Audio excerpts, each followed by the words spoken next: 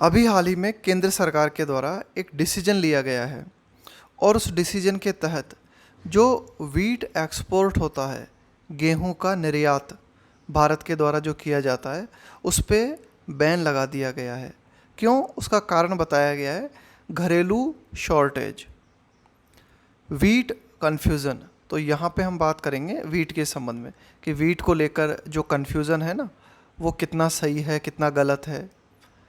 Apprehensions, apprehensions का मतलब होता है डाउट्स, कि आपको संदेह है। Of shortage in India are misplaced. Misplaced का मतलब है अनुपयुक्त। मिसप्लेस्ड का मतलब है कि भाई ये जो बात आप कह रहे हो ये गलत है, इसका कोई आधार नहीं है।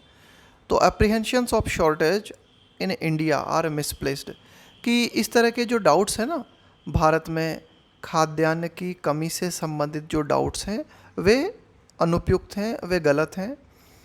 And the government must allow export, और सरकार को ज़रूर अलाउ करना चाहिए, परमिशन देनी चाहिए एक्सपोर्ट की, निर्यात की। India which surprise the world, Bharat जिसने कि पूरे विश्व को चौंका दिया, पूरे विश्व को आश्चर्यचकित कर दिया विथ इट्स डिसीजन, अपने डिसीजन से। क्या डिसीजन लिया भारत ने? टू बार, बार का मतलब है यही, रोक लगा देना। Wheat export with immediate effect, तत्काल प्रभाव से भारत ने क्या किया? गेहूं के निर्यात पे रोक लगा दी। ये जो डिसीजन था, इस डिसीजन से पूरा विश्व जो है आश्चर्यचकित रह गया। तो भारत का ये जो डिसीजन है, India appears to be on the defensive now. देखो, ऑन द डिफेंसिव का मतलब होता है रक्षात्मक होना, यानी कि रक्षात्मक होने का मतलब है कि भाई आपने कोई एक्शन लिया है, अब क्या करते हो, आप अपने आप को प्रोटेक्ट करते हो, कि भाई आप कहते हो हमने ये एक्शन इसलिए लिया है। Appears to be on the defensive now after its May 13 announcement. तो ये डिसीजन भारत ने लिया था 13 मई को ये घोषणा की गई थी। तो अब भारत अपने इस डिसीजन को लेकर डिफेंसिव प्रतीत होता है, रक्षात्मक प्रतीत होता है, यानी कि इस डिसीजन को भारत डिफेंड करने की कोशिश कर रहा है, यानी कि इस डिसीजन को उचित ठहराने की कोशिश कर रहा है। इनिशियली, शुरुआत में हमने क्या देखा? The centre had amended, amend का मतलब होता है संशोधन करना किसी चीज़ में, और इम्प्रूवमेंट करना, सुधार करना। The order by allowing export consignment. देखो, कंसाइनमेंट का मतलब होता है जो लोड होता है ना सामान का, जिसको भेजा जाता है। जैसे कि आप कोई सामान है, उसे जहाज़ में आपने लाद दिया, अब उसे भेजोगे आप, तो ये जो पूरा लोड है इसे हम कहेंगे consignment. Registered in the customs departments system, कोई भी सामान जो है, गुड्स जो हैं, जब भेजे जाते हैं तो क्या है, उनमें चेकिंग होती है ना कस्टम डिपार्टमेंट की तरफ से। तो प्रारंभ में क्या हुआ था, शुरुआत में क्या हुआ था, केंद्र सरकार ने क्या किया था, अपने इस ऑर्डर में एक संशोधन किया था और उन एक्सपोर्ट कंसाइनमेंट्स को अलाउ कर दिया था। कौन से एक्सपोर्ट कंसाइनमेंट्स को? जो कि कस्टम डिपार्टमेंट सिस्टम में रजिस्टर्ड थे। And handed over for examination on और प्रायर टू May 13, यानी कि 13 मई को, प्रायर का मतलब होता है पूर्व, पहले, 13 मई को या 13 मई से पहले जो भी कंसाइनमेंट कस्टम डिपार्टमेंट्स के पास में आ गए थे, उन कंसाइनमेंट्स को एक्सपोर्ट करने की अनुमति शुरुआत में सरकार के द्वारा दे दी गई थी। एड्रेसिंग अ UN, एड्रेसिंग का मतलब है यहाँ पे संबोधित करते हुए, a UN global food security call to action, global food security call to action. अब ये देखो, एक तरह से आप कह सकते हो कि एक मीटिंग थी, जो कि मीटिंग किससे संबंधित थी? खाद्य सुरक्षा से संबंधित, यानी कि खाद्य सुरक्षा से संबंधित क्या एक्शन लिए जाने चाहिए, उनके बारे में ये मीटिंग थी। इस मीटिंग को संबोधित करते हुए, मिनिस्टेरियल मीटिंग थी ये, फ्यू डेज अगो, कुछ दिनों पहले हुई थी, न्यूयॉर्क में हुई थी। Minister of state for external affairs, तो वहाँ पर मिस्टर V मुरलीधरन, जो कि मिनिस्टर हैं, minister of state for external affairs, इन्होंने इस बात पे जोर दिया था that the restrictions made allowance for countries. उन्होंने किस बात पे जोर दिया था? द रेस्ट्रिक्शंस का मतलब है प्रतिबंध, made allowances for, made allowance for का मतलब होता है टू ट्रीट लीनियंटली, यानी कि आप क्या करते हो, किसी चीज़ को एक्सक्यूज़ कर देते हो, पार्डन कर देते हो, माफ़ कर देते हो countries that had food security needs, यानी कि ऐसे कंट्रीज़ या ऐसे देश जिनके खुद के घर में फूड सिक्योरिटी की ज़रूरत है, that had food security needs, यानी कि भाई ऐसे देश जिनको कि खाद्यान्न से संबंधित सिक्योरिटी की ज़रूरत है, उनके लिए क्या किया गया था, उनको जो है थोड़ा सा लीनियंट बर्ताव किया गया था, है ना, थोड़ा सा माफ़ कर दिया गया था, उनके लिए जो है छूट दी गई थी इस संबंध में।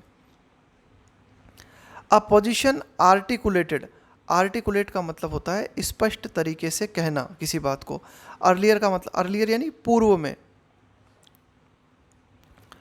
By commerce secretary BVR Subrahmanyam, commerce सचिव है ना, व्यापार से संबंधित जो सचिव हैं, व्यापारिक सचिव BVR सुब्रमण्यम, इनके द्वारा भी इस बात को स्पष्ट तरीके से रखा गया था, स्पष्ट तरीके से कहा गया था क्या, कि भाई रेस्ट्रिक्शंस के मामले में उन देशों को जो है छूट दी गई है कि भाई ठीक है रेस्ट्रिक्शंस लगाए गए हैं, लेकिन उन देशों के लिए छूट दी गई है that had food security needs, यानी कि जिनको बहुत ही ज़्यादा फूड सिक्योरिटी की ज़रूरत है।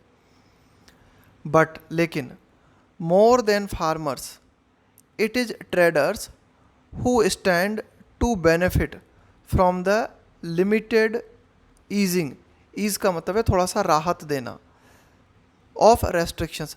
अब ठीक है कि भाई आपने क्या किया है कि आपने कहा है, यानी कि आपने जो है एक्सपोर्ट को अलाउ किया है बहुत ही लिमिटेड वे में, यानी कि आपने उन देशों के लिए जहां बहुत ही ज़्यादा फूड सिक्योरिटी की ज़रूरत है वहां आपने एक्सपोर्ट को अलाउ किया है। लेकिन एडिटोरियल बताता है कि इस कदम से किसानों की बजाय जो ट्रेडर्स हैं, जो व्यापारी हैं, उन्हें ज़्यादा फ़ायदा होगा। बट मोर देन फार्मर्स, किसानों के बजाय इट इज़ ट्रेडर्स, ये व्यापारी हैं, हु स्टैंड, स्टैंड का मतलब है कि भाई आप कहाँ खड़े हो, आपकी क्या स्थिति है, to benefit from the limited, ease का मतलब है थोड़ा सा रिलैक्स कर देना, राहत देना थोड़ा सा, है ना, जो स्ट्रिक्टनेस है उसे कम कर देना, ऑफ रेस्ट्रिक्शंस। तो ठीक है, ये जो रेस्ट्रिक्शंस हैं इनमें आपने जो है लिमिटेड रिलैक्सेशन दिया है, तो इससे ट्रेडर्स को फ़ायदा ज़्यादा होगा बजाय किसानों के। फ्रॉम द स्टार्ट, शुरुआत से अगर हम देखें, इंडिकेशंस का मतलब है संकेत, of a mismatch in demand and supply were evident.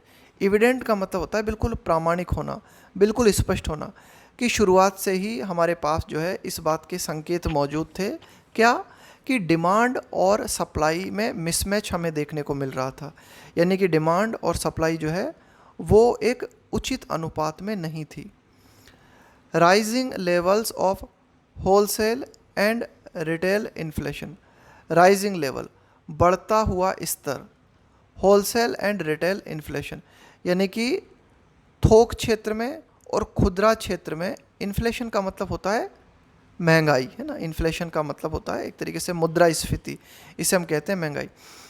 तो लगातार हम क्या देख रहे थे कि थोक क्षेत्र में और खुदरा क्षेत्र में लगातार जो है मुद्रास्फीति का लेवल जो है बढ़ रहा था, महंगाई बढ़ रही थी।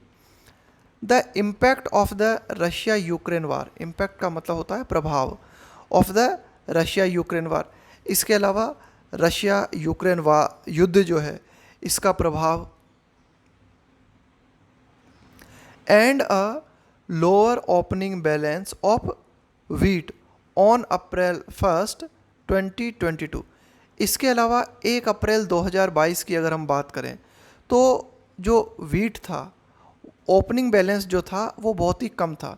इन द सेंट्रल पूल, देखो पूल का मतलब होता है एकत्रण, संग्रहण, भाई एक जगह जब आप इकट्ठा करते हो ना चीज़ों को तो आपने उसका पूल बना लिया। Central pool for the public distribution system, ये जो है हमारा पीडीएस सिस्टम है ना, जो सार्वजनिक वितरण प्रणाली होती है, उसके तहत जो खाद्यान्न इकट्ठा किया जाता है, तो जब हमने 1 अप्रैल 2022 को चेक किया तो केंद्र सरकार के पास पीडीएस के तहत उतना गेहूं अवेलेबल नहीं था जितना कि 1 साल पहले था, देन अ ईयर अगो। यानी कि 1 अप्रैल 2021 से अगर हम तुलना करें तो 1 अप्रैल 2022 को हमारे पास में उसी अनुपात में गेहूं नहीं था। वर वेल नोन, तो ये सारे के सारे फैक्टर्स हमें अच्छी तरह से पता थे। After several parts of wheat producing states in the north experienced unusually का मतलब है असाधारण रूप से, वार्म वेदर का मतलब है गर्म मौसम, इन मार्च अप्रैल, तो मार्च अप्रैल के दौरान बहुत ही असाधारण गर्मी हमें देखने को मिली। आफ्टर सेवरल का मतलब है कई, कि कई क्षेत्रों में वीट प्रोड्यूसिंग स्टेट्स, गेहूं उत्पादित करने वाले कई राज्यों में, नॉर्थ क्षेत्र में कई राज्य जो कि गेहूं का उत्पादन करते हैं, उन्होंने इस बात को महसूस किया, इस बात को एक्सपीरियंस किया, क्या बहुत ही ज़्यादा गर्म मौसम हमें देखने को मिला। मार्च अप्रैल में बहुत ही ज़्यादा गर्मी देखने को मिली। The government lowered marginally early this month, marginally मतलब होता है मामूली रूप से, तो सरकार ने जो है मामूली रूप से कम कर दिया किस चीज़ को, अर्ली दिस मंथ, इस मंथ की शुरुआत में सरकार ने थोड़ा मामूली कम कर दिया। द एस्टिमेटेड का मतलब है जो आकलन आपने किया है, जो अंदाज़ा आपने लगाया है, एस्टिमेटेड वीट प्रोडक्शन, तो आने वाले साल के लिए गेहूं के उत्पादन का जो अंदाज़ा सरकार ने लगाया था, जो आकलन सरकार ने लगाया था, उसको मामूली आप सरकार ने कम कर दिया। अब सरकार की क्या उम्मीद है, from 111.32 million tons to 105 million tons. भाई सरकार ने कहा है कि आने वाले समय में, भाई पहले तो अंदाज़ा था सरकार का कि 111 मिलियन टन जो है गेहूं का उत्पादन हमें देखने को मिलेगा। अब सरकार का कहना है कि गेहूं का उत्पादन हमें सिर्फ 105 मिलियन टन देखने को मिलेगा। As for international food prices, अब जहाँ तक अंतर्राष्ट्रीय खाद्य कीमतों का सवाल है, the food and agriculture organization of the United Nations, कि यूनाइटेड नेशन की जो फूड एंड एग्रीकल्चर ऑर्गेनाइजेशन है, उसने इस बात को कहा that even before the war, Ukraine युद्ध की शुरुआत के पहले, है ना, इवन बिफोर द वार का मतलब है यहाँ तक कि युद्ध के पहले, prices had reached N all time high, जो भोजन की कीमतें हैं वो सर्वाधिक स्तर पे पहुँच गई थी।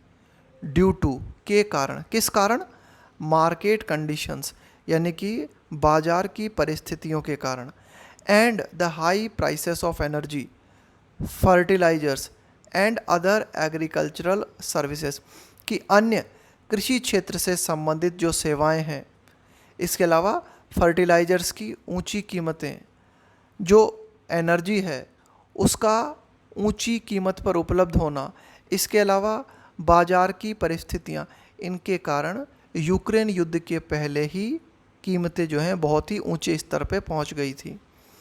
बाय मे 4 मई तक द सेंटर क्लैरिफाइड, केंद्र सरकार ने इस बात को स्पष्ट किया, that there was no move to curb का मतलब है यहाँ पे रोक लगाना, वीट एक्सपोर्ट का मतलब है गेहूं का निर्यात। केंद्र सरकार ने कहा कि भाई 4 मई तक गेहूं के निर्यात पर किसी तरह का प्रतिबंध नहीं था। द रीजनिंग का मतलब है लॉजिक, आपका तर्क क्या है, बीइंग का मतलब है होना, that this was the opportune moment, opportune moment का मतलब होता है बिल्कुल उचित अवसर, बिल्कुल उचित समय, for exporters to sell in the international market. भाई देखो केंद्र सरकार ने एक बात कही है कि 4 मई तक गेहूं के निर्यात पर प्रतिबंध नहीं लगाया था, और सरकार ने इसके पीछे लॉजिक दिया है कि भाई ये बहुत ही अच्छा अवसर था एक्सपोर्टर्स के लिए, निर्यातकों के लिए, कि वे जो है अपने उत्पाद को अंतर्राष्ट्रीय बाजार में बेच सकें। क्यों? ऐसा इसलिए था, wheat from Argentina and Australia would begin arriving next month, कि गेहूं का जो निर्यात अर्जेंटीना और ऑस्ट्रेलिया से होता है वो हो रहा होगा, would begin arriving next month. भाई केंद्र सरकार ने ये लॉजिक दिया था कि अर्जेंटीना और ऑस्ट्रेलिया से जो गेहूं आएगा वो अगले महीने आएगा, तो 4 मार्च तक एक्सपोर्टर्स के पास अच्छा टाइम है कि वे अपने गेहूं को अंतर्राष्ट्रीय मार्केट में सेल कर लें। The higher prices in the domestic market compare to the minimum support price offered by the government, सरकार के द्वारा जो ऊंची कीमतें उपलब्ध कराई गई हैं। भाई सरकार ने अब क्या, देखो मिनिमम सपोर्ट प्राइस, ये जो न्यूनतम होता है ना, न्यूनतम प्राइस जो होती है, कि न्यूनतम समर्थित मूल्य की तुलना में ज़्यादा प्राइस किसानों को सरकार के द्वारा उपलब्ध कराई गई है। The higher prices in the domestic market, कि भाई जो घरेलू बाज़ार है, भारत का जो घरेलू बाज़ार है, वहाँ पर क्या किया गया है, मिनिमम सपोर्ट प्राइस की तुलना में केंद्र सरकार ने कहा है कि हम किसानों को ज़्यादा मूल्य ऑफर करेंगे। वर प्रोजेक्टेड एज फेवरेबल, तो ये जो ऊंची कीमतें रखी गई हैं इनको इस तरह से दिखाया गया है। प्रोजेक्ट करने का मतलब है इस तरह से प्रदर्शित करना, इस तरह से दिखाना। एज फेवरेबल का मतलब है पक्ष में होना फॉर फार्मर्स। तो ये जो ऊंची कीमतें घरेलू मार्केट में रखी गई हैं किसानों की उपज के लिए, इनके बारे में कहा गया है कि भाई ये किसानों के हित में है। ऑल्सो, साथ ही साथ, just days before the governments decision, कि सरकार के डिसीजन के कुछ दिनों पहले an official announcement was made, एक आधिकारिक घोषणा की गई थी। उस घोषणा में इस बात को कहा गया था दैट ट्रेड डेलीगेशंस, कि व्यापार से संबंधित जो दल हैं, डेलीगेशन का मतलब होता है मंडल, दल, वुड बी सेंट। तो इस डिसीजन लेने के पहले एक बात कही गई थी और उस बात में कहा गया था कि भाई एक व्यापारिक दल जो है उसे भेजा जाएगा कुछ देशों में। कौन से देशों में? जैसे कि मोरक्को है, ट्यूनीशिया है, इंडोनेशिया है, टू एक्सप्लोर। एक्सप्लोर का मतलब है तलाशना, पॉसिबिलिटीज़ का मतलब है संभावनाएं। एक्सप्लोर पॉसिबिलिटीज़ का मतलब हुआ संभावनाएं तलाशना। फॉर वीट एक्सपोर्ट, गेहूं का निर्यात। तो इस डिसीजन को लेने के पहले सरकार ने क्या कहा था? सरकार ने कहा था कि भाई एक ट्रेड डेलीगेशन जो है मोरक्को, ट्यूनीशिया, इंडोनेशिया जैसे देशों में भेजा जाएगा और वहाँ ये संभावना तलाश करने की कोशिश की जाएगी कि भाई यहाँ कितना वेट एक्सपोर्ट किया जाना ज़रूरी है, कितनी संभावनाएं हैं। In addition to Egypt, Turkey had given, in addition to Egypt, Turkey had given its approval for the import of Indian wheat. In addition to का मतलब होता है के अतिरिक्त, है ना। Egypt, Turkey had given its approval for the import of Indian wheat, कि Egypt है, टर्की है, इन देशों ने मंजूरी दे दी थी किस बात की? भारतीय गेहूं को इंपोर्ट करने की, भारतीय गेहूं को आयात करने की। And an announcement had been made, और एक घोषणा की गई थी that the current year's target for wheat export, कि ये जो वर्तमान साल है इसका टारगेट फॉर वीट एक्सपोर्ट, कि भाई जो गेहूं का निर्यात हम करते हैं उसका टारगेट कितना रखा गया था, उसको फिक्स कर दिया गया था। Had been fixed at 10 million ton, 10 million ton जो है फिक्स कर दिया गया था। 3 million tons higher than last year, पिछले साल जो निर्यात हमने किया था उसकी तुलना में 3 मिलियन टन ज़्यादा, 10 मिलियन टन गेहूं के निर्यात को फिक्स कर दिया गया था। India's decision has faced criticism from the G7 agriculture ministers, Bharat ने ये जो डिसीजन लिया है इस डिसीजन ने आलोचनाओं का सामना किया है, यानी कि भारत के इस डिसीजन को आलोचना झेलनी पड़ी है। कहाँ से? कि ये जो G7 कंट्रीज़ हैं उनके जो कृषि मंत्री हैं उनकी ओर से भारत के इस डिसीजन को आलोचना झेलनी पड़ी है। After it's U turn, U turn लेने का मतलब होता है आप कंप्लीटली पलट जाते हो अपने डिसीजन से। The government should not persist, persist का मतलब होता है बने रहना। फॉर टू लॉन्ग का मतलब है कुछ ज़्यादा लंबे समय तक।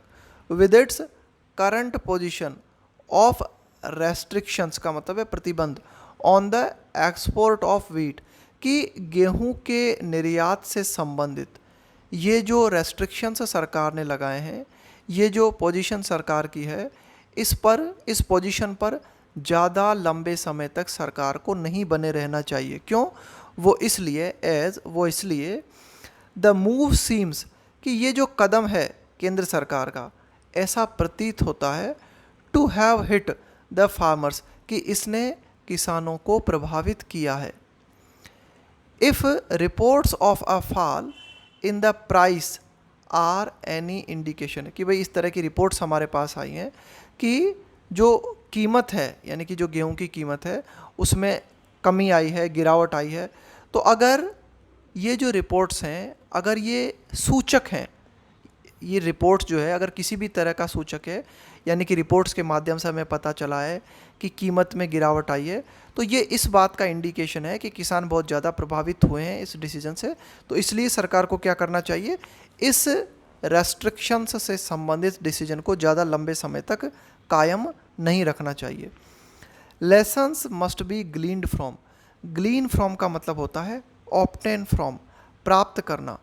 द एक्सपीरियंस 15 ईयर्स अगो, कि 15 साल पहले जो हुआ था उससे हमें कुछ सबक लेना चाहिए। When India took about 2 years, 15 साल पहले क्या हुआ था, भारत को जो है 2 साल लग गए थे। टू लिफ्ट का मतलब है हटाना, इट्स बैन का मतलब है प्रतिबंध, on the export of non basmati rice.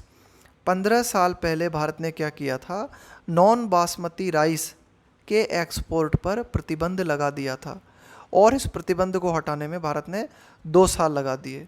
और इस दौरान ये जो 2 सालों का प्रतिबंध था ना, इस दौरान क्या हुआ था 15 साल पहले, बाय विच टाइम, उस समय तक Thailand and Vietnam had moved in, देखो मूव इन का मतलब है प्रवेश कर जाना, किसी पर्टिकुलर एक्टिविटी में प्रवेश कर जाना।